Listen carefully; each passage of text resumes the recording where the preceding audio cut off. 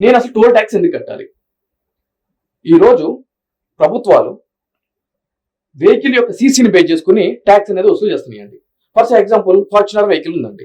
ఆ యొక్క ఫార్చునర్ వెహికల్లో 14% ట్యాక్స్ అనేది వసూలు చేయడం జరుగుతుందండి. 50 లక్షల రూపాయలు ఫార్చునర్ వెహికల్ ఉంటే కనుక 14% దాంట్లో అంటే అప్రాక్సిమేట్లీ 7.5 లక్షల రూపాయలు ఏమో road tax, that is called life tax also వసూలు చేస్తున్నాయి. అంటే ఏంటి?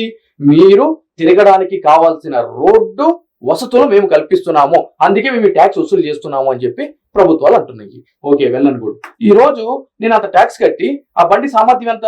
నేను గంటకి 220 కిలోమీటర్ల సామర్థ్యంతో వెళ్ళగలిగే బండి. అవన్నీ ఆ టెక్నికల్ ఆస్పెక్ట్స్ అన్ని కూడా కన్సర్న్ మినిస్ట్రీ అప్రూవ్ చేసిన తర్వాతే కదా బండి షోరూమ్ లోకి వస్తుంది, అమ్ముతున్నారు. రైట్. నేను ఇప్పుడు ఏం చేస్తానంటే అవుటర్ రింగ్ రోడ్డు మీద 160 కిలోమీటర్లు వెళ్తానండి, 1000 రూపాయలు చలానా వస్తుందండి. మీకు నా బండికి 220 కిలోమీటర్ల సామర్థ్యంతో వెళ్ళే రోడ్డు వేయలేని చేత కానప్పుడు నా దగ్గర ట్యాక్స్ ఎందుకు తీసుకున్నావు? నువ్వు మళ్ళీ ఫైన్ వేస్తున్నావు.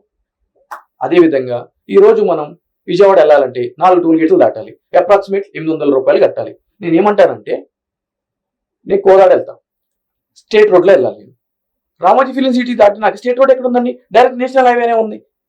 మీరు నన్ను ఎందుకు కంపల్షన్ చేస్తున్నారు? ట్యాక్స్ కట్టాలి నేను.